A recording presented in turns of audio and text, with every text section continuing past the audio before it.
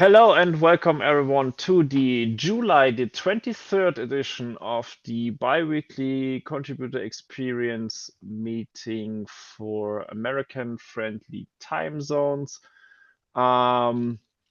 Please be advised that this meeting is under the code of conduct of the Kubernetes project, which in short basically says be nice and excellent to your fellow attendees and speakers. We have a notes document that it is linked in the chat. Please add yourself to the notes document as an attendee, and we also offer the option for people to introduce themselves if they are new in this meeting. I can quickly do it for myself. Hi, I'm Mario. I'm one of the co-chairs for SIG Contributor Experience. I'm also part of contributor communications. Pronouns are he, him.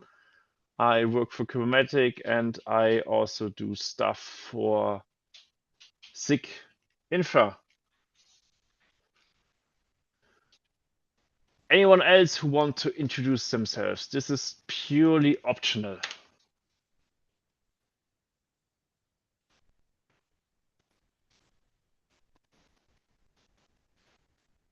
Going once, going twice. Well, Go. Yeah. I will introduce. Hello everyone, I'm Sayak, and I'm a relatively new joinee. I don't know, should I say I'm a new joinee? It has been almost a year now, but yeah, so it has been a year since I've pretty much been part of this community. I started working on the doxy upgrades for both the ContribEx and the docs and the actual website. And yeah, that's been pretty much what I've been doing since then. All right, thank you. And I think you don't count as a new joiner anymore. I'm sorry. After fixing more or less alone the Kubernetes version, the Kubernetes website with Hugo version, I'm sad to tell you, you're probably not a new joiner anymore. But we appreciate all of the work that you have already been doing. Yeah. Like All time right. has flown so fast, it hardly feels like a year, to be honest. Yeah. Anyone else? All right. I'm yeah. Yes, Josh, go ahead. Just so the other new people know me, welcome. I'm Josh Burkus. I'm taking notes right now. Former chair of the SIG, around Kubernetes and etcd and a bunch of other roles. Right. Then let's dive into the agenda. So events, Maintainer Summit, CFP has been closed. For the current topics that we have is the representation of the Kubernetes project at the KubeCon North America in Atlanta. There had been discussions regarding what do we want to have. So as options, we have a kiosk with various options, either all conference long, all mornings, all afternoons, or a single time slot. Also, we have the option to have our regular meet and greet that we had in the past, and another option was the Kubernetes contributor hour as a dedicated session for Kubernetes members to also basically take the stage in the project pavilion and do and ask contributors anything, and also to basically where people just can sit down. It's important to say that this is an or option. It's not it's not an or option. It can be an and option. So depending on what the current leads of the different SIGs vote, the outcome will be. And yes, officially the Project Pavilion booth registration is already closed. However, we got an exception to have the vote passed. I can quickly share the state is almost everyone who voted want to have the contributor hour. 10 out of 15 people want to have the meet and greet. And for the various, for a kiosk, we currently have 3 votes.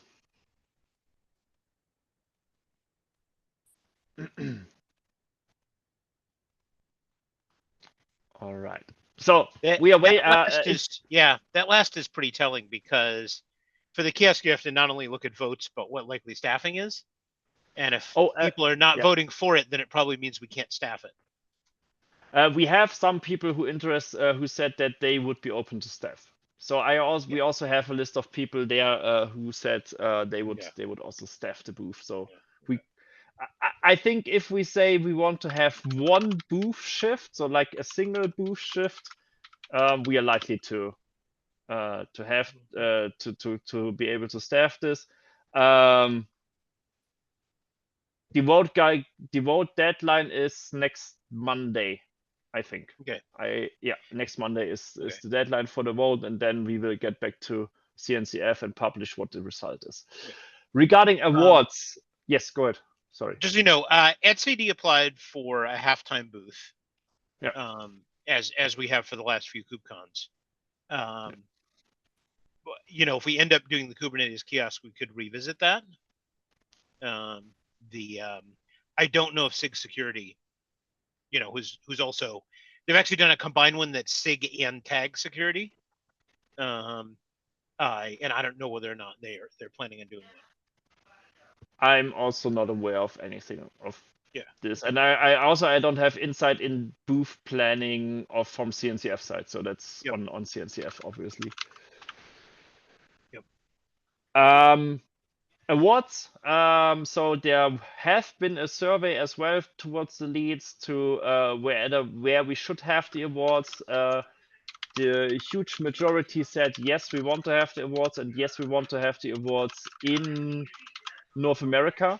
So awards will be again in North America. I pinged the 3 people who expressed interest in helping with the awards. I'm currently coordinating with them the timeline. There will be a dedicated award ceremony for Kubernetes at the Maintainer Summit. And other projects who are also graduated are now also invited to give out awards, but this will be potentially a separate session. And the award design will be centralized. However, people can put in T-shirt designs for the Maintainer Summit, and I have the link somewhere. Give me a second. Maintainer Summit.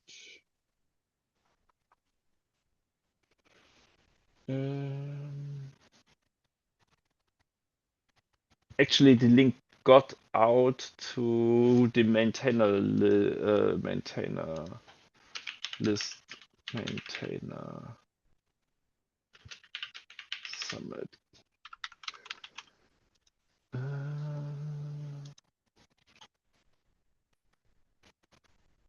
Maintainer Summit T-shirt design.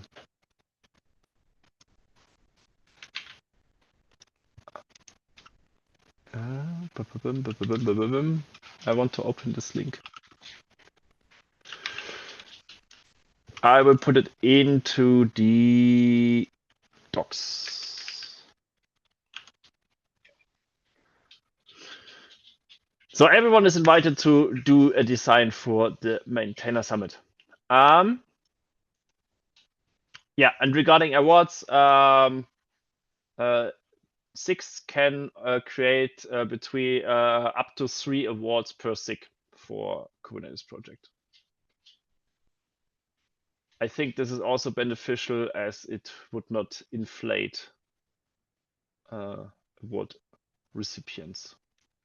But as mentioned, we have 3 volunteers who want to help with awards for Kubernetes side. Anything else? Anyone? Any comments towards events.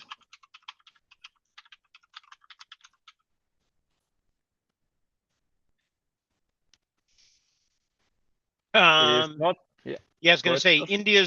India's in 2 weeks, but we don't have any organized activities there. There is, I believe, there's a half-day get together for maintainers. There That's hasn't fast. been much in the way of communication about that. Let me ping CNCF folks.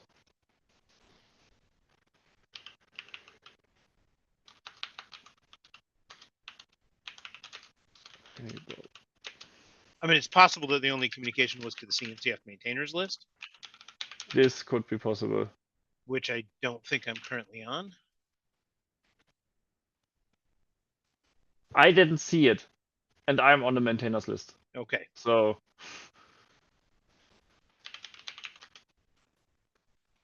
I will ask CNCF and put some notes out, and potentially also will add it to LWKD info for next week.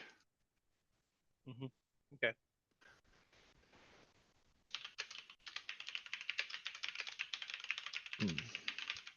All right. Next up is mentoring. Yeah. LFX term 3 for the year is closing on their projects.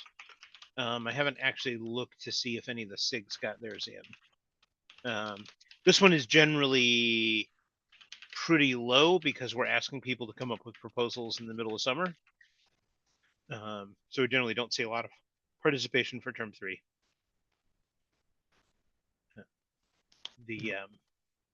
And that's pretty much it. Google Summer Code's underway.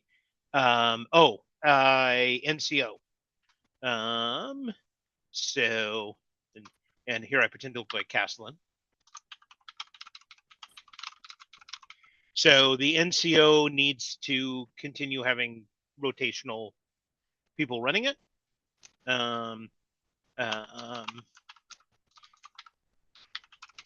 Especially European and APAC times. Yeah. So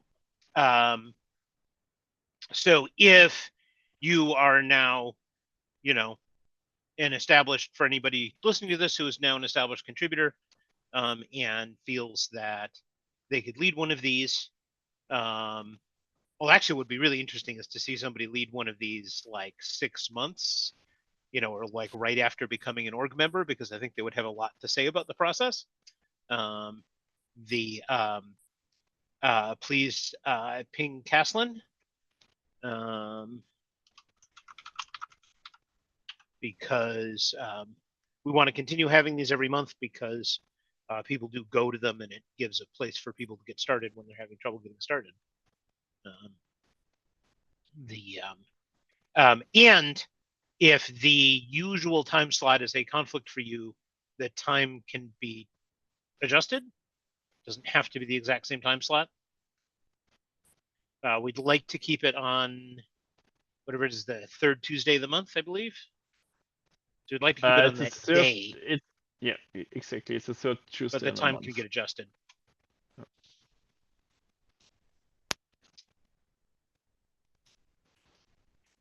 And that's all I have for mentoring.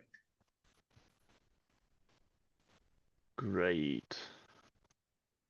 All right, then contributor communications. Josh, this is also you. Yeah, I mean, I only have one small piece of it, which is LWKD. There's a lot more to comms, but I don't know the rest because I missed the last 2 comms meetings. So, and I missed again this week. I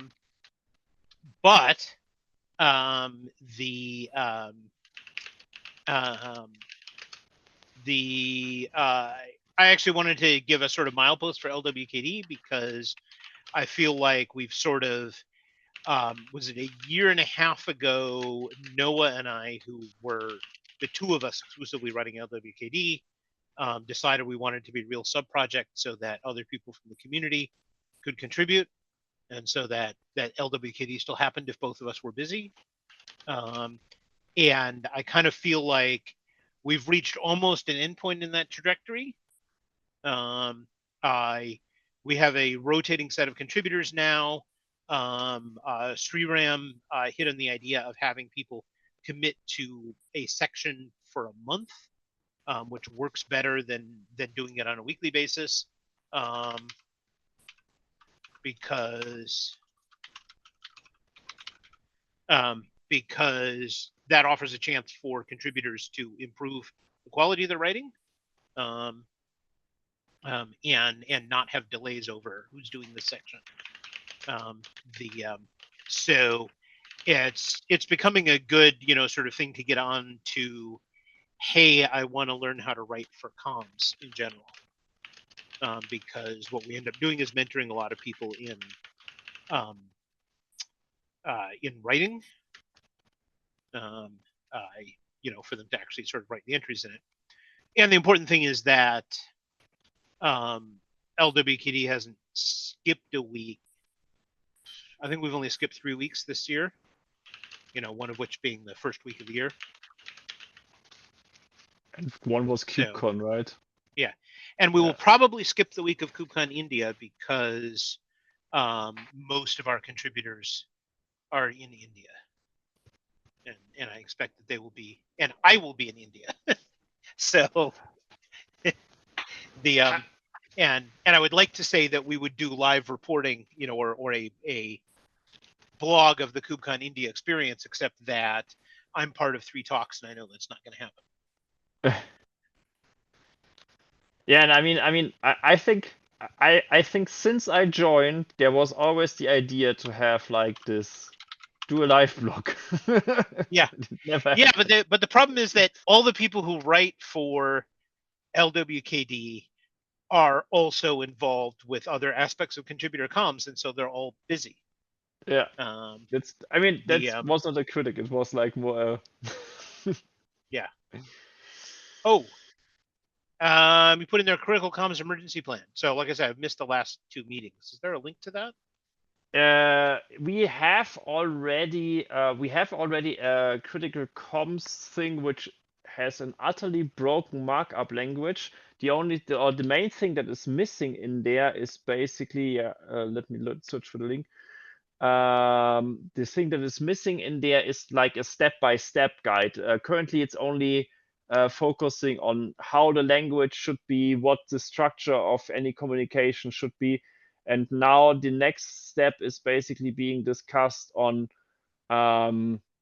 what would be, or come up with a guide of, okay, we have some critical comms that need to go out. You need to ping those folks. You need to get this information. You need to, and stuff like right. this. How do you decide if the steering needs to approve it? Exactly. And it will likely go in this part. Yeah. And also, if someone can fix my markup fuck up that I did there, happy to review the PR on this, because the markup of this document, for whatever reason, is utterly broken. And yeah. Oof! Wow. Yeah, it's just one line. It's just I don't know what happened there. Wow. Okay. Anyway, but this is basically also the place where this should go. And potentially, so Chris and I are working on a draft, and as soon as the draft is there, we will open a PR, and then someone can basically, people are invited to chime in to add information. And also, this ties into, Josh, your issue that you created for the emergency decision making for steering. Because this is then part that will, or the outcome of this issue will also go into the sensitive communication guideline, obviously. Right. Yeah. And there's a lot of stuff. I mean, it'd be nice to actually throw this on HackMD or Google Docs or whatever, just so that we could brainstorm into it. Yeah. Because I have lots of, I want to go through the whole thing of, because there's not just a matter of how do you get urgent approval from steering, but when do you need urgent approval from steering, right? Yeah. because that's the hard question, because like, for example, for the Slack thing, there's still differing opinions on whether or not there should have been a formal approval by steering, including differing opinions within steering itself. So that's going to be a hard part to write. I think there are even different opinions regarding coming from involvement from external parties. Yeah. I mean, the whole Slack issue is still not resolved. Yeah. Hey, Ray. Oh, hey, Ray. Howdy. The other topic that we did a cleanup of members for notifications because we had a lot of inactive folks, and we want to keep people who get notified when new issues are created on actually active members. So we did the cleanup there, and then by this we also could now finally clean up the automatically notify comms if communication is needed when issues for comms are being created. Only took us half a year.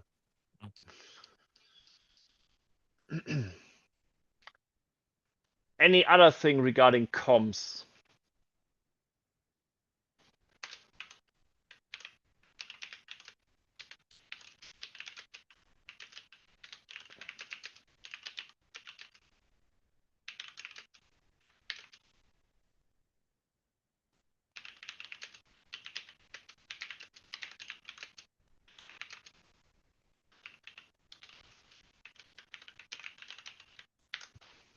If not, then contributor documentation.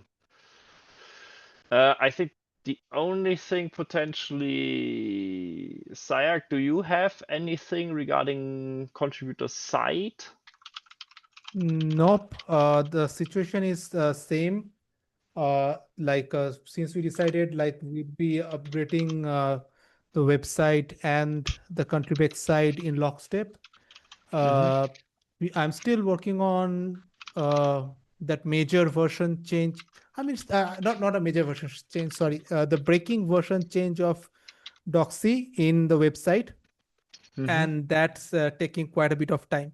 And once that version upgrade gets completed, then again the pipe will be unclogged, and we can pretty much upgrade the next versions pretty fast. But that one version 0.6 to 0.7 is the main blocker. Once I do that in the website, honestly, I could have done it in ContribEx site very easily, because ContribEx site is pretty vanilla. But since we decided on going lockstep, that's why I'm just pausing ContribEx site for now. Okay. That's fine with me. As soon as as long as eventually we get away from our 2016 version of Doxy. I mean, we still have 1 year to be below 10-year schedule threshold. So yeah, I mean, for what it's worth, our project's experience with Doxy is part of the reason why, as I understand it, the CNCF is pushing projects to use Docusaurus instead.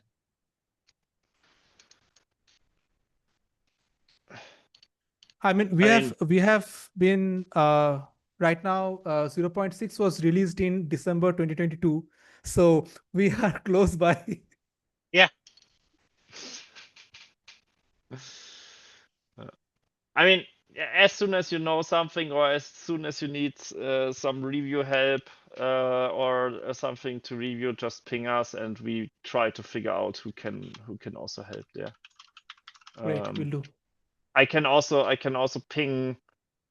I know that some of people in my company use Hugo and Doxy and other CNCF projects. So potentially I can also ping them to review when the PR is in. Sure. Josh, what is that you said about Docusaurus? Like, is that a real push that is happening? Yeah, for new CNCF projects who are asking the CNCF what they should use. Okay. But I mean, we can't changing platforms would be an enormous effort that Kubernetes Yeah. is not going to make. Yeah. But we struggle a lot with Doxy. but thank you for all the work. I really appreciate this. Yeah.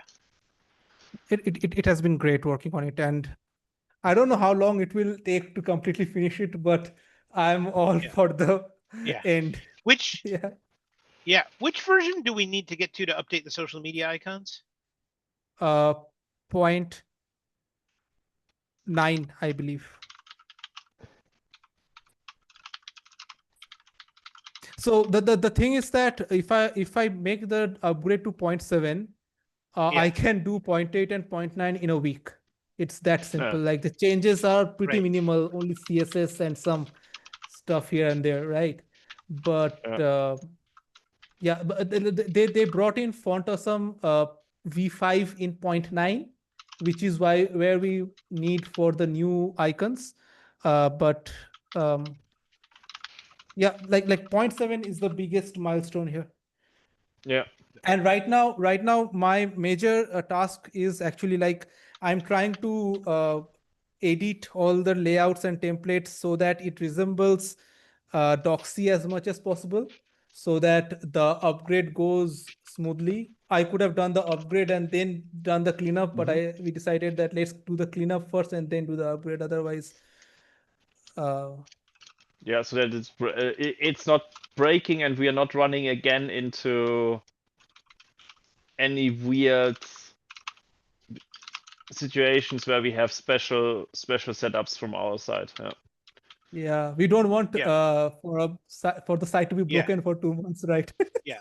It's better to do it now.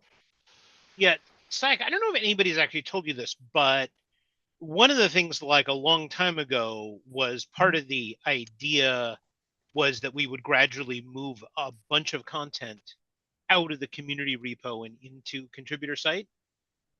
Like the blogs and stuff. Yeah, because like a lot of stuff that is currently, well, no, but blogs are already part of community site, right? But there's a bunch of stuff that's in community just because it's there historically. Okay. And since its main purpose is to be published on the contributor website, it should really be in contributor site. And it's just been a case of not getting it moved over. So if you run into something like that where you're like, fixing the templates and stuff, you're saying, hey, this would be much easier if it was actually in the contributor site repo, then please raise that, because moving stuff is an option. The only thing that we would have be really challenged to move would be all the SIG descriptions, SIGs.yaml, etc. Okay, I'll keep that in mind. You mean the community tab, right? The contents under the community tab. No, I mean from the Kubernetes community repository to the Kubernetes contributor site repository. Okay. Yeah. So, because right now we, by script, import a bunch of stuff from the community repository, and that was supposed to be a transitioning situation where we gradually move content over, but then, a few years back we stopped moving stuff over.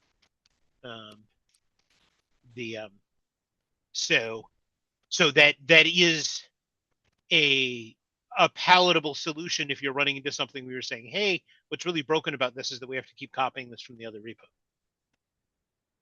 So if I understand this right, the contents itself will change from being in the contributor repo to the ContribEx repo.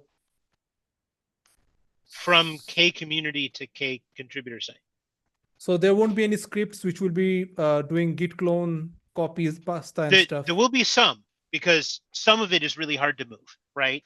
Particularly, like I said, SIGs.yaml and everything tied to SIGs.yaml would be really hard to move.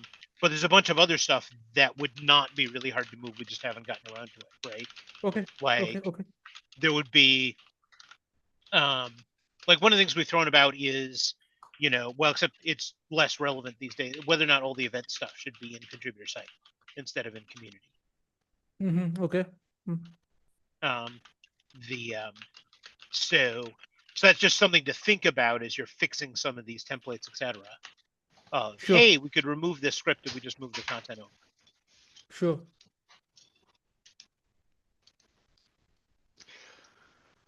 All right. And then one just FYI to well, let me write a note about that. Is that ICANN is basically punted on deciding about expiring the IO top level domain, which means, you know, and after they decide, we'll have something like 4 years to actually move everything if they decide to kill it. Okay. So as a result, that pushes back the timeline of us needing to do anything about it. So basically, we are just waiting whenever they decide, and Yeah. then either do nothing or move. Yeah, I mean, the IO situation is a little bit unique because they've killed off top level domains before because the entity behind the domain doesn't exist. But this is, I think, the first top level domain that was extensively used outside of its original geographic origin. Yep. And actually, honestly, a good argument for why they should have never enabled that sort of practice, but here we are. But yeah, and that just comes up with the website, right? Because then we start using Kubernetes.dev differently, and we have to merge the two sites and everything else. But so that is all at some indefinite point in the future. I mean, if we really need to do it, I think the bigger topic is changing APIs in Kubernetes, theoretically. Yes, yeah, and that would be the first focus, right? Is that the API versions, although we'd have to argue what that actually means, and I don't think we're prepared to do that in this meeting, right? Because theoretically, you'd want the new APIs to be after the real TLD, but it's not like anybody is going to be using the expired one, right? So there won't be conflicts. But anyway, discussion for later. Discussion for later. And you know, who knows? The IO domain change might end up getting put off for, you know, years. In which case, it can wait until we decide to finally migrate web platforms. So since you brought up the domain thing, I don't know if you have heard about. There was a rumor floating around about K8s2. Did you hear it? K8s2, like version 2.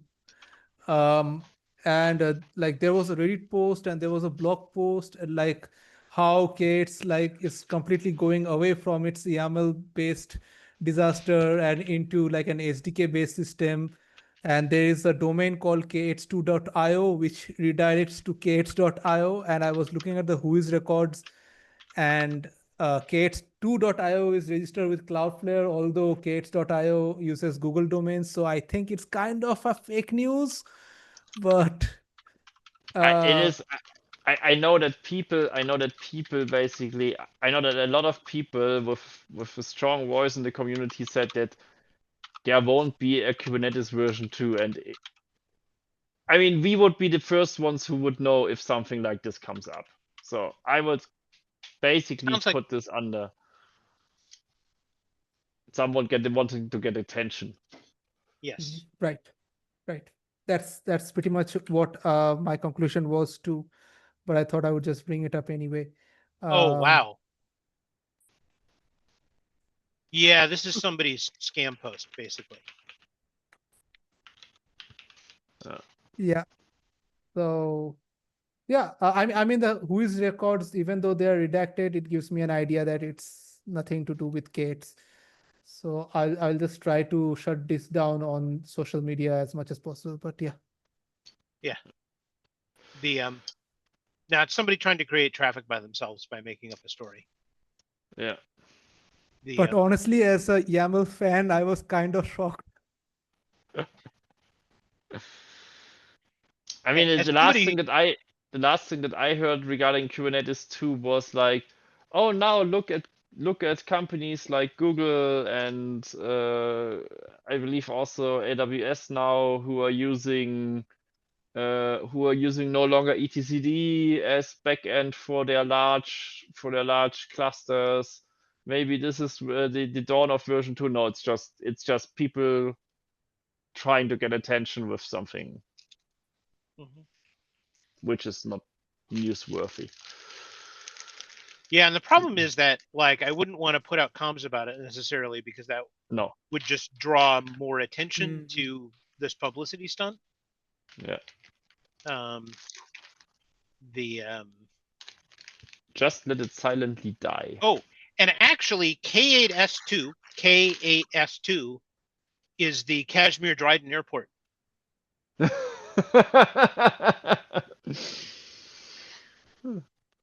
to know. You know, single and double engine airplanes only. Little tiny airport. Right. So if we have to put out comms about this, I'm going to write a whole blog post about the Kashmir Dryden Airport and how they don't use YAML. Maybe they use YAML. Maybe they have use YAML. Kubernetes. Maybe they have Kubernetes clusters. As somebody Maybe who used to be a, are in YAML. Yeah. As somebody who used to be a Perl programmer 20 years ago, I will never stop being entertained by our use of YAML. All right, let's move forward. We only have 20 minutes left. Moderation and media. Slack, yes. Yeah. I don't have any of the other moderation. So, you know, a little bit of fallout from the great Slack scare. One of the things is all of our Slack bots that we depend on for moderation and other purposes need to be updated before May 2026 because the API that we're relying on is going to go away permanently. Slack has an entirely new framework for bots that is very different from what it used to be. And so we could really stand to recruit somebody who already has experience with writing bots on the new Slack bot platform, rather than the existing Slack admins trying to figure it out. And we already have one bot that has stopped functioning, and so their first task would be to replace that. And that's the bot that actually publishes merge notifications to one of the channels, I believe. So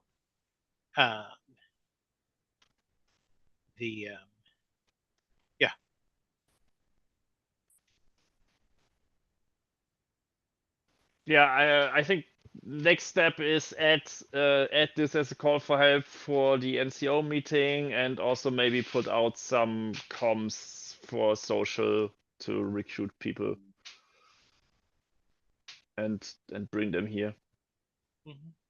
Because I think this is a great chance for people to join or to contribute to Kubernetes without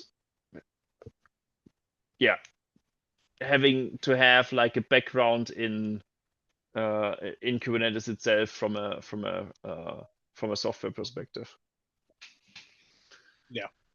So I need to put an issue up, and then we can communicate it out on the various channels. Yeah.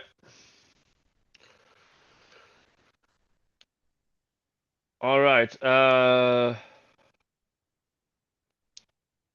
I don't have any other topics or I'm not aware of any other topics regarding Slack, YouTube calendar issues and mailing lists. Yeah, I don't know. Not on those teams. Next up, GitHub management. I believe, and let me look this up really quick. We are nearing the cleanup issue regarding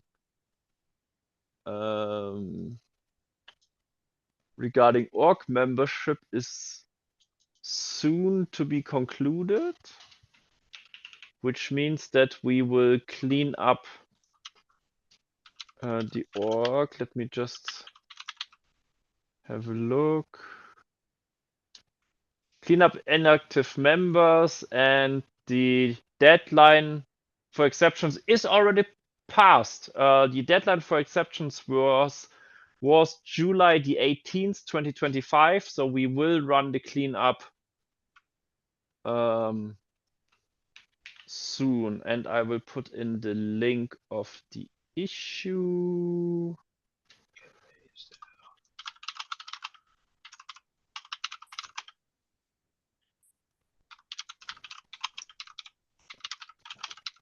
And we lose quite a lot of members.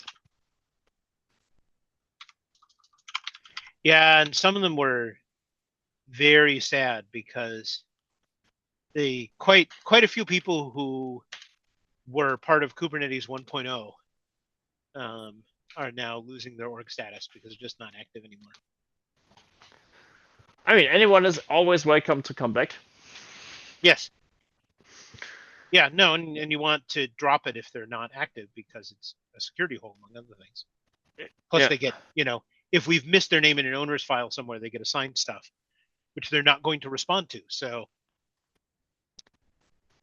And it's 401 inactive members. And inactive, maybe to clarify this here also for the recording, an inactive member is if you have not interacted with the project in any kind of way on GitHub in the past year. If you have done non-code contributions in this past year, you can ask for an exception, which is usually granted if you can prove that you did something. And basically an interaction is even a comment in an issue. Yep. One thing I think we could think about for next year's review thing, and to sort of tie into our next topic, which is elections. So I want to think about, right, which is Yes. One of the things that came up was some particular inactive members who are being removed, maybe being removed from org, who are active in non-GitHub ways.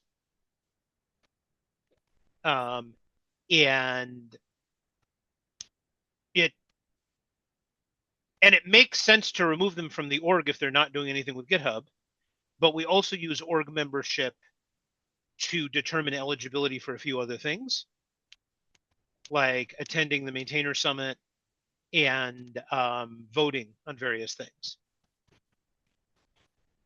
And I don't think anybody's made a sort of policy statement about that because, we've had various sort of standing exceptions for like the Security Response Committee and and moderators and a bunch of other people who contribute on the regular in certain non-GitHub ways. The one that came up with this was the two people who maintain the etcd discovery server, which they're still running, right? And again, they don't need the GitHub permissions because they're not doing anything in GitHub. But on the other hand, they should be eligible for, say, attending the maintainer summit if they want to, because they are ongoing contributors. And at a certain point, you start saying, hey, we're accumulating enough exceptions, enough people who fall into this don't need GitHub permissions, but are regular contributors, that maybe we need some systemic way to deal with it.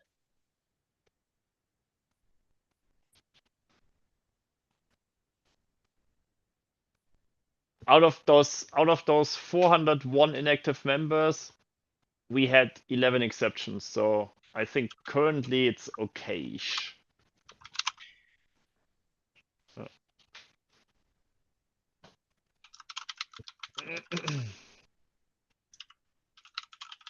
And as you said, some of the exceptions were, for example, being a YouTube admin for Kubernetes. Yeah.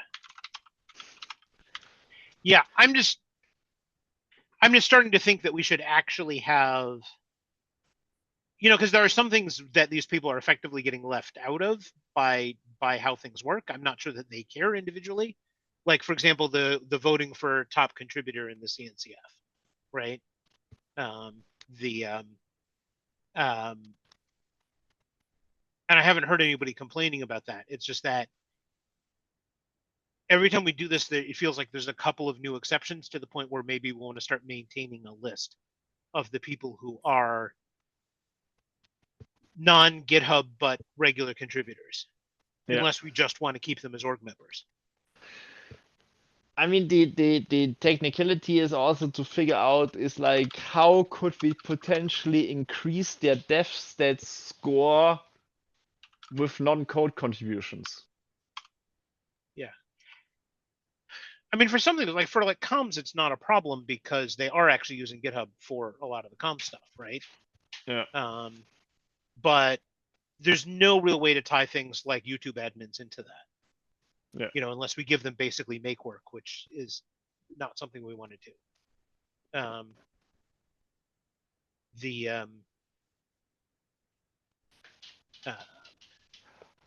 I need to check with there's a working group for non-code contributions on CNCF level. Maybe I need to ping them what their current I know that they were working on a document on how to recognize stuff like this better, but yeah, I will ping them and see what the current status there is. I know that they were working on some document and some recommendations, and they also were working with some of the SIGs in Kubernetes.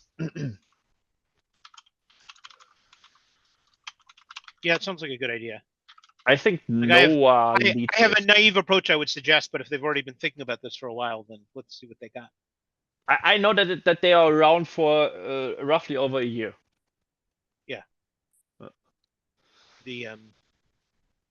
All right. So we only have 10 minutes, and not Josh, Ray put in an open mic discussion, so we'll need quickly to jump into elections. Okay. So just quick updates. Election officers selected and approved. This is about 3 weeks later than we wanted it to be in the schedule, but we had an unusual number of people, election officers, who couldn't come back for their second year. We usually expect 1 or 2. We actually had 3, so we needed to find more election officers, which took longer. And the schedule might get later because some of the selected officers are on vacation. Just so people warned there. We still need to figure out, as part of elections project, what comms activity we're doing to promote the individual candidates once we have candidates, in order to get more exposure to the lesser known candidates. So that is something that we're working on. So now let's go to open mic. Yeah. Ray, Netlify. Yeah, apologize, I'm being on my phone. So been talking with Ben from SIG Infra, and now we kind of need a process to request projects in Netlify, or to request access to Netlify. Example is that the set project for container object storage interface has a new doc setup, and so but there was no like straight up process on requesting a project, and so we also need to request it. As we do this, we could also I've been wanting to audit the permissions on Netlify as well, see who has the right permissions, or who has permissions, and to have a process to actually request permissions on Netlify as well. ContribEx is involved because they own Kubernetes.dev.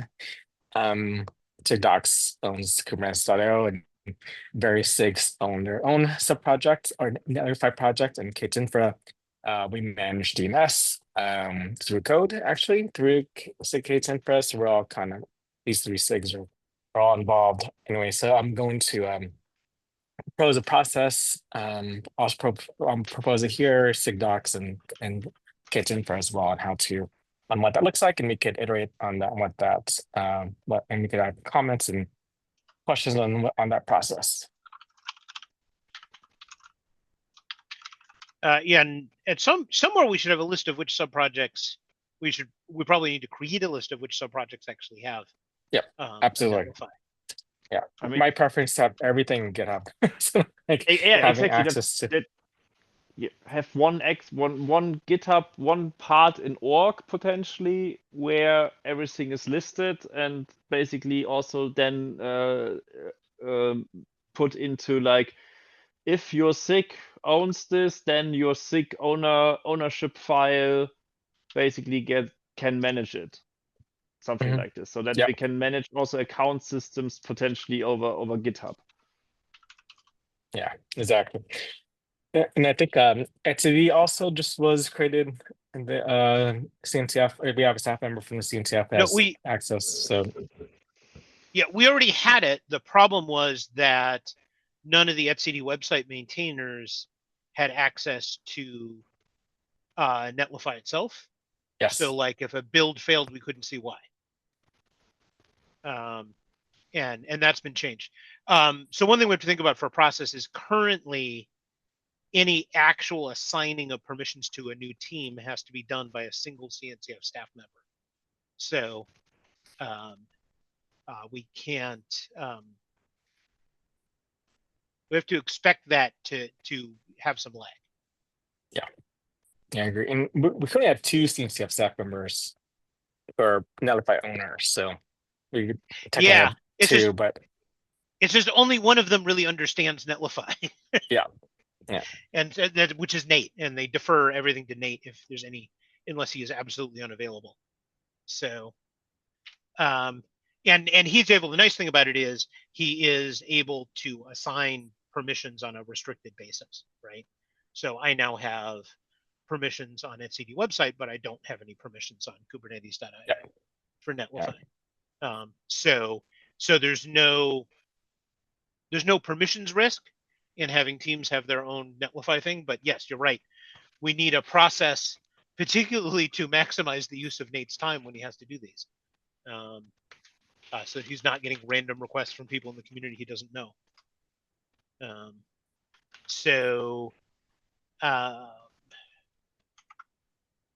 Next steps, it sounds like we need to work on a process somewhere.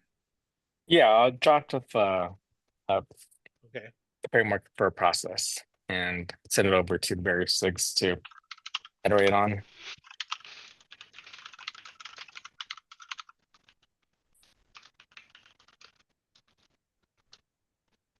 Yeah. I mean, I guess Yeah. my question is, would SIG docs want to be involved in this, or are they willing to leave it to ContribEx? SIG docs would be happy to be involved. Apart from Nate, I do the most Netlify task. Mm-hmm. And I've been working with K10 for actually on this process. So they already been involved. So, and they have their input. Given the number of SIGs, it really sounds like you need a Netlify team. Yep, exactly. Yeah, we talked. Because otherwise we're asking 3 separate SIGs to approve, which would take forever.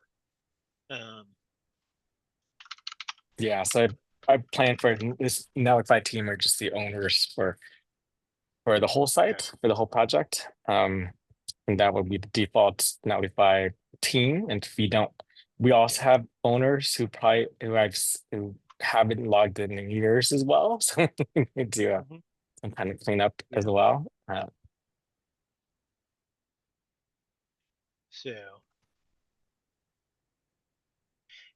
I'm thinking about, like, we need a Netlify team who can approve stuff. So like maybe one ContribEx person, one docs person, one infra person. Yeah. Who can approve requests rather than having the SIG leads from all 3 different SIGs like vote approvals, because that would just be really, really slow. Yeah, I totally agree.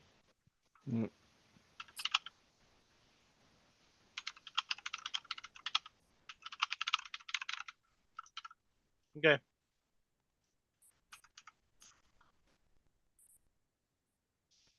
Any other topic? If not, we finished just in time. I wish every one of you a nice and hopefully quiet week, and we will see each other potentially in any other given meeting this week, or maybe not. Enjoy the rest of your day, and I will stop the recording.